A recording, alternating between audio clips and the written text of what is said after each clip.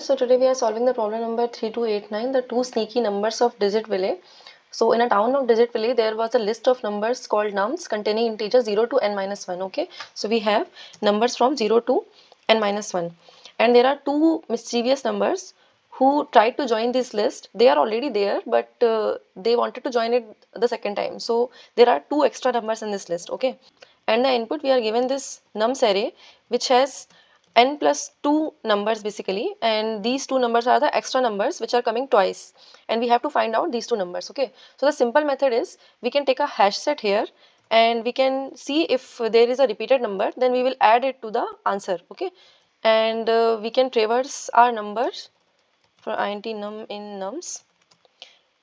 If any number has already been in the hash set, that means that number is a sneaky number and we have to add it to our answer. Okay, so if HSet dot contains num, that means we have to add it to our answer. Okay, so let's just create an answer array here as well. So answer array is this, and let's create an index value as well. Okay, so if HSet already contains that number, we'll do answer index is equals to num, and we'll also increase the index. Otherwise we'll simply keep on adding to the HSet. Okay, and at the end we will have our answer in the answer array, so we'll return it. So let's try to submit this. So the time complexity for this solution is going to be order of n, because we are traversing the array one time and we are trying to find if the number already exists in the hash set or not. And the space complexity is also going to be order of n, because we are using this extra space of hash set. So let's talk about the bitwise approach, which is little bit better because it has a space complexity of order of 1, because we are not going to use any extra space here. So we know that our numbers are between 0 to n minus 1. So our array length is in total n plus 2.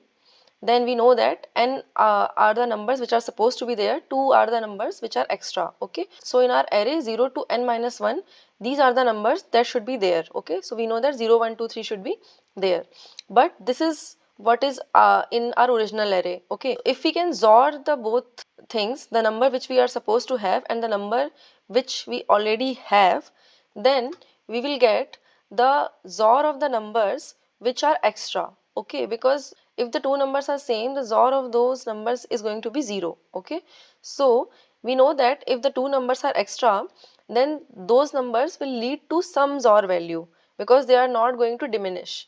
So in this example, 2 and 3 basically are going to give us some XOR value. Okay, this XOR value is going to be this 0, 0, 1. Then what we can do is, we know that this XOR value, what does it signify? That there is one bit where these numbers are differing. It is like there can be more than one bit definitely, but in this example, this one bit shows that these two numbers are differing in this particular bit, this 0th bit. It is 0, it is 1, that's why the XOR is some value. So we can divide the numbers based on this particular bit, which is the differentiating bit between the two numbers a and b. And if we are able to divide these numbers in two groups, we know that one group will have only a and other group will have only b, and other numbers also, but they will anyways the XOR will be 0, so they are not going to impact. But one group is going to have three threes here, so 1, 2, 3. These three threes will come together and they will combine and become the original number a itself. And similarly in the other group, because we are only targeting the numbers which have the same bit set as b, we are going to get all the b collected in one place. So you see that initially we had the XOR of these numbers, but somehow we are able to differentiate these numbers with the help of the bit which is set in the number. Okay, so if we will see in this particular numbers, the original number which we are supposed to have and the array which we are given, if we divide it into two groups, so group A is going to have 0, 2, 2, 0, 2, because in this 0th bit is not set. So in this number 0th bit is not set. If we will XOR all these numbers, then we will finally get the 2, because it is extra. And the same thing for the group B, because we are XORing everything here. The numbers which are not sneaky, they are not going to have an impact, they are going to give us the 0 XOR. But the number which was sneaky, we got it because this is existing 3 times now, and we got it because we did the XOR of all this and eventually we got the number. So by doing this, we are getting these two original numbers. So let's try to see the approach which we are going to use to solve this. So first of all, we are going to have our initial array length minus 2 as the n. So 0 to n minus 1 is the numbers which we are supposed to have in our array, and we can initially have XOR as 0, and what we will do is XOR everything in our nums array, and we'll also XOR everything in the 0 to n minus 1 range. Okay, so this XOR value is going to have the XOR of sneaky numbers. Okay, so this is going to have A's or B, and this is going to represent in what bit positions these two numbers are differing. So we don't need to worry about all the bit positions. Any bit position will work, because we just want to divide the numbers into two groups. So we can take this highest one bit, that is also going to work.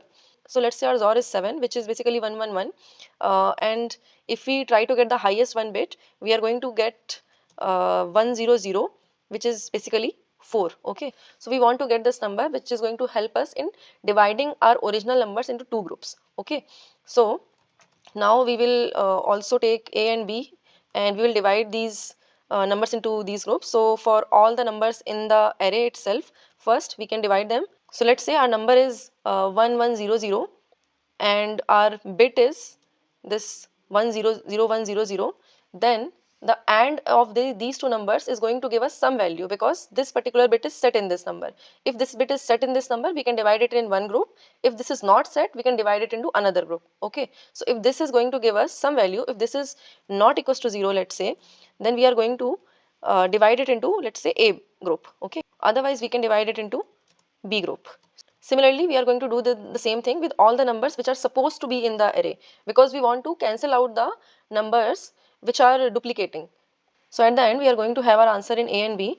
So we can simply return our answer in a new array with A and B as values. Okay, so let's try to submit this as well. So the time complexity for this solution is going to be order of n again, because we are definitely traversing this array again and again.